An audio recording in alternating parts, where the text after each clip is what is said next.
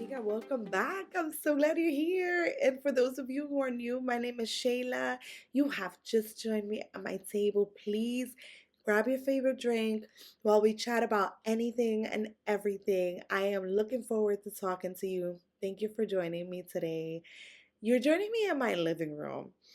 Today we're talking from like one of my favorite cozy corners. I have not found the right place to record yet, but I know it's coming. I'm working on it. So for today, you're going to join me in my cozy corner here in my living room. Thank you for being here with me.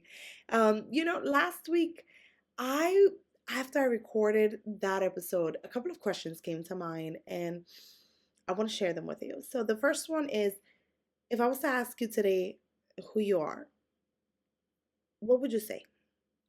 How would you introduce yourself? Like, would you say, I'm a mom, I do this, I do that? Or would you talk about your hobbies and things that interest you? Like, what would you say about who you are? Because last week's episode, I focused on telling you who I am. And I told you all the hats that I've worn. So, like, I told you that I worked as a doula, as an educator, as a recruiter. I worked in HR. I do content creation. And all that's great and all, right? But none of them actually tell you who I am. None of them actually explain anything. They just talk about all the hats I've worn and how they all tie to me being a mom. But they don't tell you anything about me. And honestly, I think a lot of us are living exactly like that. Like we're living like our value depends on how many hats we can successfully wear. Isn't that crazy? Like on how many accomplishments we can put on our head, on our shoulders, on our clothes. Like isn't that crazy? It's like somewhere along the way we started believing que si estamos cansadas, if we're truly exhausted, we're productive. Or if we're busy, we're successful. Or if we can juggle everything, then we're enough. We're enough as sisters, we're enough as daughters, we're enough as wife, we're enough as moms. Like what happened? Where along the way did we think we had to be busy in order to be enough for anybody? Where did we like what happens if one day we decide to drop one of those balls and or one of those hats that we wear? Then it's like suddenly we feel like we failed. And I'm telling you from personal experience because I wake up, and those of you who know me, those of you who have followed me, know that the moment that I wake up, I do two things. So the first thing that I do is I take my phone and I open up my Bible app and I read my Bible verse. That is a non-negotiable milestone that I set this year because I want to make sure that the first thing that I do is read something. Even if I can't sit down and read a whole chapter, I want to read something. So I read my Bible verse and I pray on it. I'm like memorizing it, right? And the second thing that I do is I run through my mental list of everything that I have to do in the day. I have to take the kids here. I have to make breakfast. I have to do laundry. I have to clean.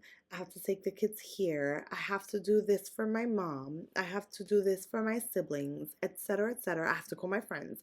And then I have to find time to go to the gym. I have to find time to do my hair. I have to find like it's exhausting. It's exhausting. It's exhausting. So I get up, and the moment that I get up and my feet hit the floor, I am on the go. If the baby woke up, I'm running to make him a milk. Then, if the kids are up, I have to run downstairs, put on breakfast, or thank God if my husband can help me, great. But if he can't, I have to do breakfast. But then, if he does breakfast, I'm fixing our bed and I'm doing laundry and I'm cleaning and I'm cooking and I'm X, Y, and Z. And then I get to the end of the day and I ask myself, What did I do today? I didn't do anything. Can you believe that? From the moment I wake up to the moment I go to sleep, I am doing something. And the first thing that comes to mind when I lay in that bed is, I didn't do anything. How many of us are living like that? And why? Like, when did this become normal? When did we, like, when did we think it was okay to prove our worth through how much we do? Do you know how exhausting that is? I am tired just talking about it. I'm tired. It's just it's exhausting. You know, yesterday I had one of my kids ask me for a snack, and at the same time the baby was crying. And all I kept thinking about was, I have to give the snack, pick up the baby, and then I have to prep dinner in that order. So it wasn't like I had a chance to regulate any of my emotions. It was just like I had to go. And somehow I feel guilty because even though I was tending to my kids, I had a text message that came in, and I completely looked at it and I said, I'm going to give the snack, pick up the baby, do soothe the baby. And once I sit down, I'm going to answer the text message. It's been a day because that was yesterday, and I still have not answered the text message. And I feel guilty for that. So it's like, even though I'm doing stuff, I feel guilty for dropping the ball somewhere. The truth is, we're going to drop the ball somewhere because we want to be everything to everyone at every time and every point, and we just can't. We just can't. Like, I feel guilty for not replying to a text message. Isn't that crazy? Isn't that crazy? Like, we can spend an entire day serving everyone and everything, and there's only one thing that we may have forgotten, and we feel guilty. Or we go to bed thinking, I was not enough. That happens to me quite often, quite more than I want to admit.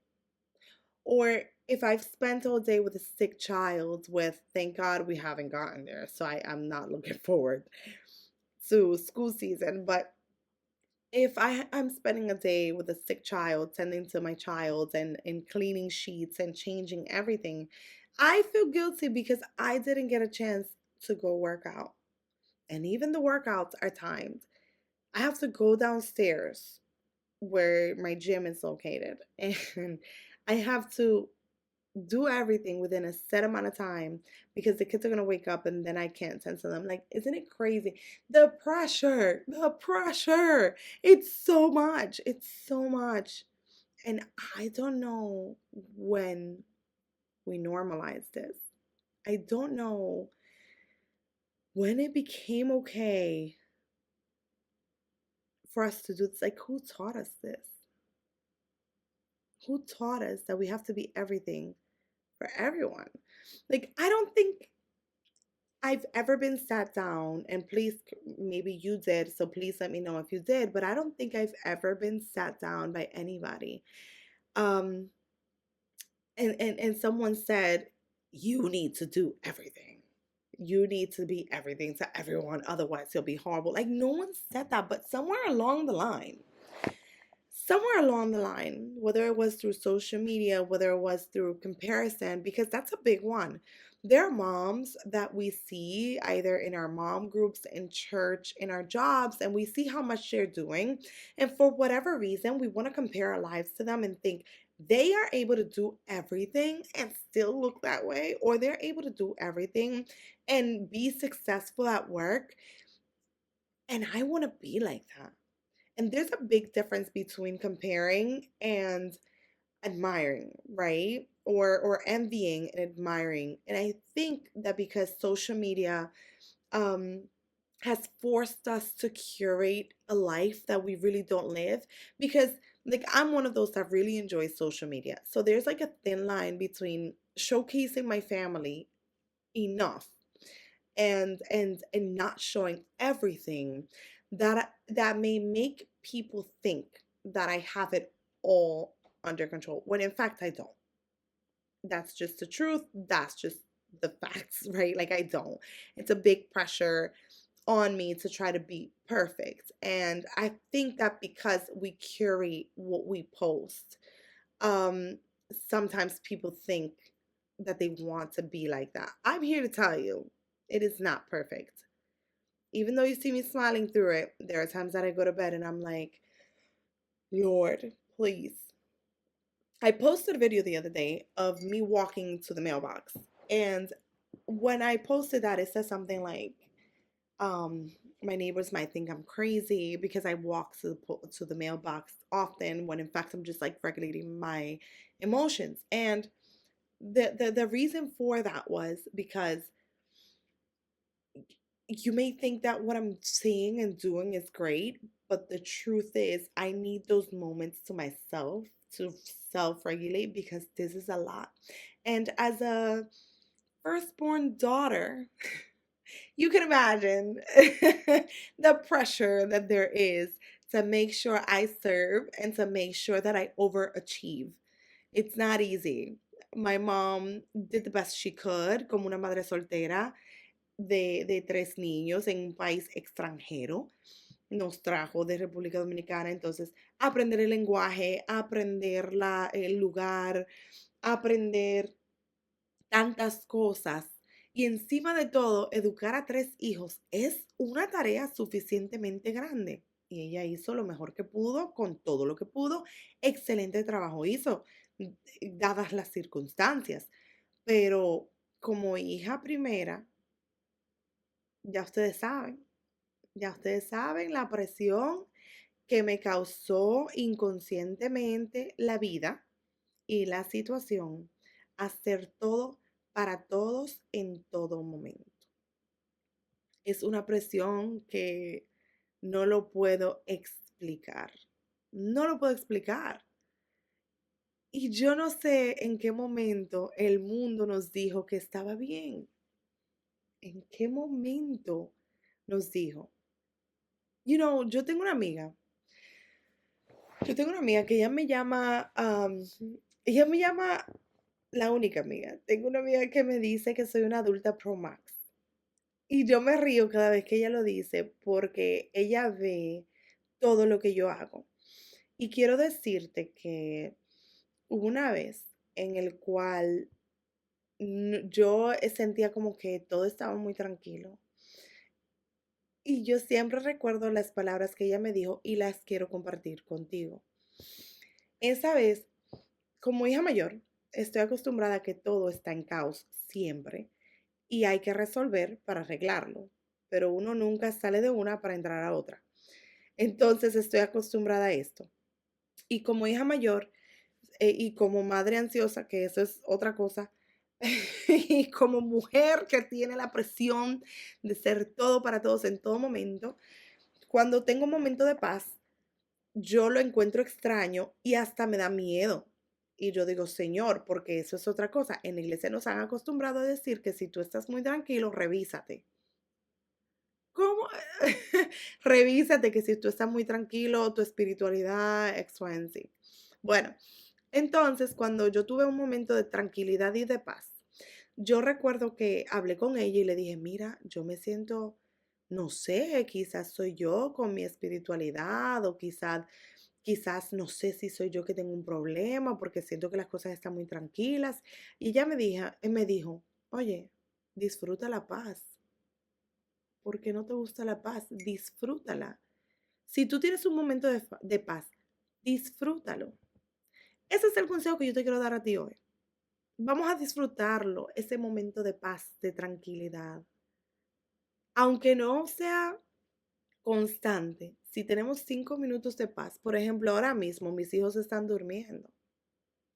Entonces, este momento de paz lo estoy utilizando para hacer algo que me defina más que ser mamá, más que ser algo para alguien, estoy haciendo algo para mí. No sé si me entiendes.